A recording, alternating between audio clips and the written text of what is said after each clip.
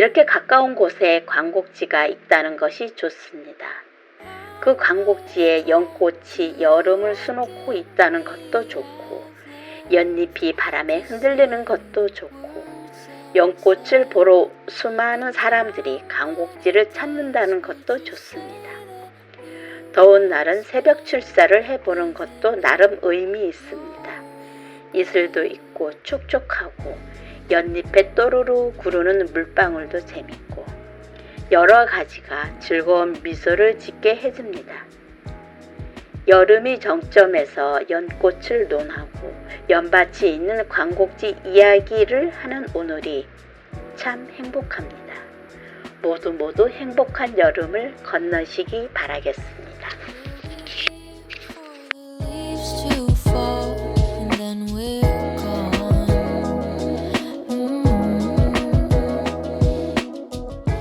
안녕하세요. 정사진 공방입니다. 비 오고 구름 끼고 또 비 오고 하던 날이 활짝 웃었습니다. 어제 아침 일입니다. 지인들과 약속하긴 했는데 비가 많이 올지 모르니 장화, 우산 잘 챙기자고 했는데 정작 그 아침은 햇살이 찬란했습니다. 올만에 만나는 햇살이어서 그런지 등짝에 땀이 흐르고 있었는데도 좋았습니다. 따끈한 햇살의 느낌이 겨울도 아닌 한여름에 좋다는 생각을 하면서 광곡지 연밭 풍경을 찍어봅니다. 늘 하는 고민이지만 연꽃이 좋긴 하지만 어떻게 찍어야 지난번의 내 사진보다 다르게 표현할 수 있을지, 아니면 다른 사람들에게서 보지 못했던 낯선 느낌의 연꽃을 찍을 수 있을지 막연하기도 합니다. 정말로 사진 찍는 솜씨가 월등히 뛰어난다면 고민이 없겠지만 저를 포함한 대다수의 사진 작가들은 같은 고민을 합니다. 그래서 오늘은 광곡지 소경을 조금 낯설게 표현하는 것이 뭐가 있을까 생각하며 촬영을 시작해 봅니다. 이번 영상을 위해 테스트한 렌즈는 윌 웨슬러 매그넘 85mm입니다. 일전에 한번 영상에 올랐던 렌즈이기도 합니다. 렌즈 자체가 가벼워서 마치 렌즈를 장착하지 않은 느낌이 들 정도입니다. 카메라도 무겁고 렌즈는 더 무거워서 손목 나가고 어깨 아프신 분들 많은데 윌 웨슬러 매그넘은 깃털같이 가벼워 마음 놓고 한 손으로 촬영할 수 있습니다. 연꽃을 촬영할 때 대부분의 작가님들은 삼각대 세워 똑바로 키만큼 올려놓고 45도 각도로 아래로 내려다보며 촬영합니다. 물론 그렇게 찍을 수 있습니다. 그렇게 되면 연꽃의 꽃술과 주변의 연잎들이 함께 촬영되기도 하고 핀 맞는 부위가 연잎까지 영향을 미쳐 핀 부분에 강약의 느낌이 없을 수 있습니다.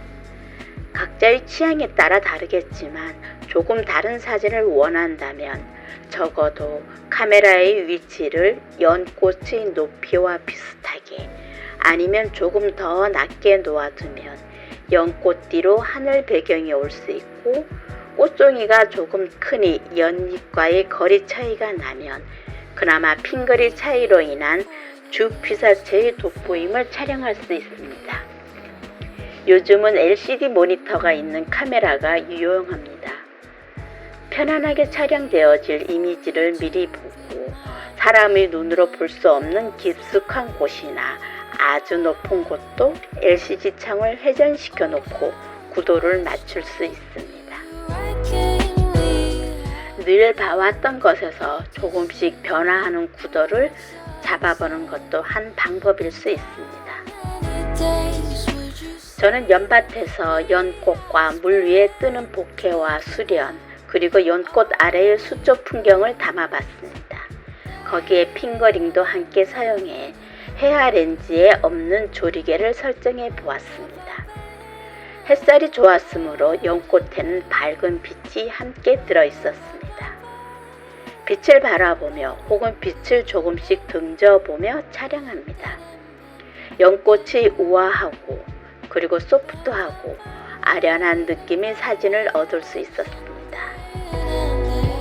금방 세수를 끝낸 새색시의 얼굴 같은 뽀얗고 촉촉하고 그리고 소프트한 느낌의 연꽃을 얻었습니다. 헤어렌즈만의 장점입니다.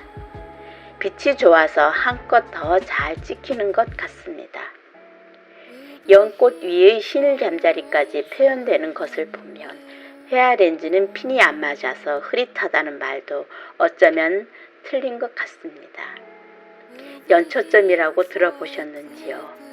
초점 맞는 범위가 연하지만 핀이 맞는 경우입니다. 그래서 역광의 실내에도 연꽃의 자체도 거기에 실 잠자리까지 함께 표현됩니다.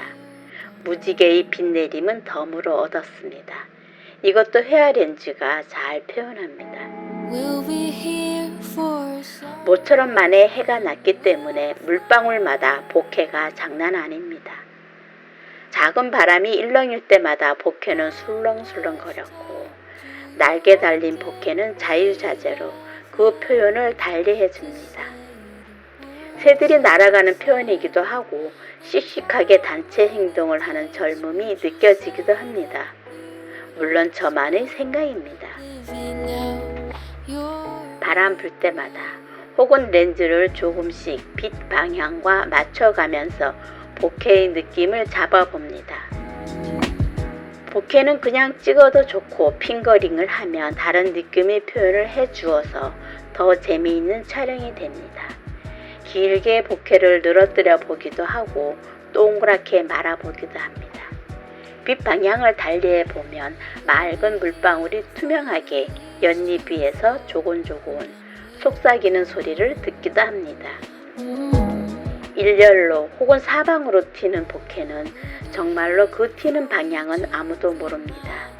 단지 bokeh만이 그 방향을 알겠지요. 한참을 bokeh와 씨름하며 bokeh에 열중했습니다.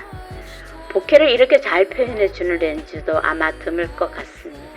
색감도 괜찮고 채도도 이만하면 좋습니다. 붉은 것은 붉게 혹은 아련하게 렌즈를 들고 조정하는 대로 잘 표현해 줍니다. 핑거링은 피사체와 어울리는 배경이 밋밋하고 심심하다고 느껴질 때 사용하면 좋습니다.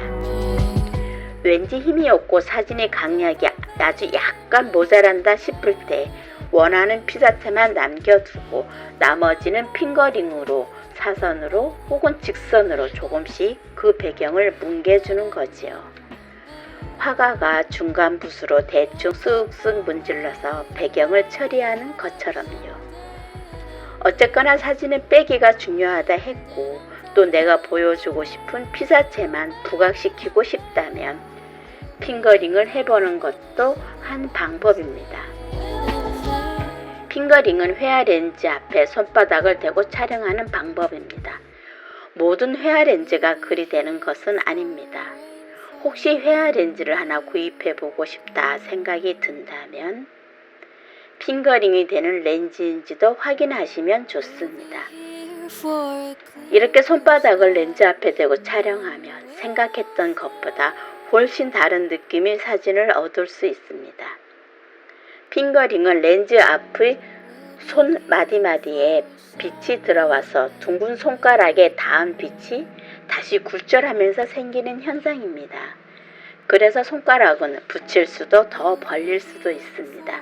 빛의 양을 조절하기도 합니다. 빛의 양을 조절한다는 것은 조리개 역할을 하는 거지요. 헤어렌즈 대부분은 조리개가 없는데 핑거링이 되면 그 핑거링으로 조리개 역할을 하게 하는 겁니다.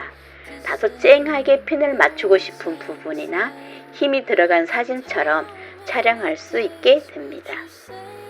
한참을 핑거링 놀이를 하고 나니 연꽃과 연잎의 아래 풍경이 눈에 들어왔습니다. 잡초가 자라고 연 대궁이 있고 그리고 어두운 그늘 속에도 빛이 놀러왔습니다. 그 아래의 빛들과 다시 잠깐의 놀이를 했습니다. 빛을 찾아 숨바꼭질하는 어린아이 마냥 쪼그리고 앉아서 연의 종아리를 살폈습니다. 해는 점점 머리 위로 오르고 볕은 따가워졌습니다. 땀을 아주 많이 흘렸지만 올 들어 첫 연밭 촬영이었고 또 진심의 지인들과 함께여서 뿌듯한 촬영이 되었습니다.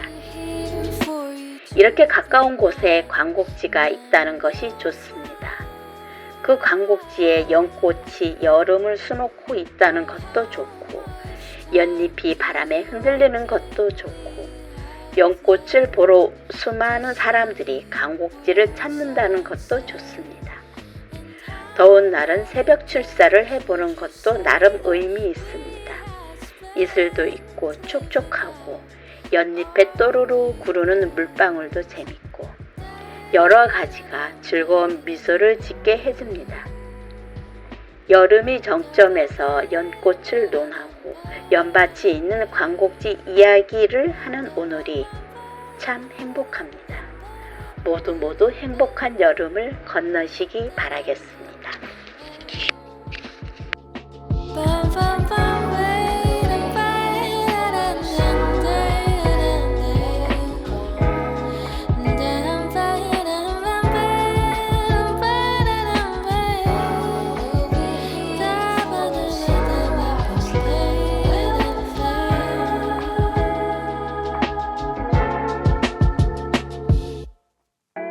We'll be here for a rainfall.